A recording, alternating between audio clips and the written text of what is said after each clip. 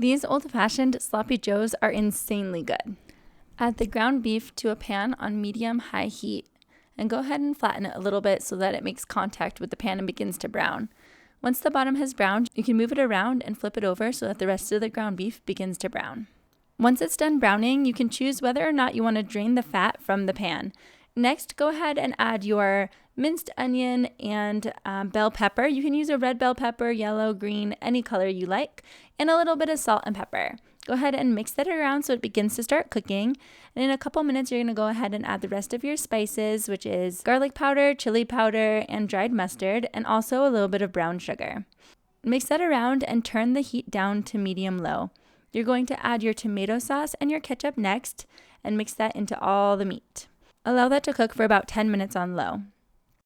While the sloppy joes are finishing cooking on the stove, go ahead and slice your buns or rolls in half and add a little bit of butter on both sides. You're going to toast these buns. I promise you this will change everything for your sloppy joes. If you've never toasted your rolls with a little bit of butter before, it is a game changer.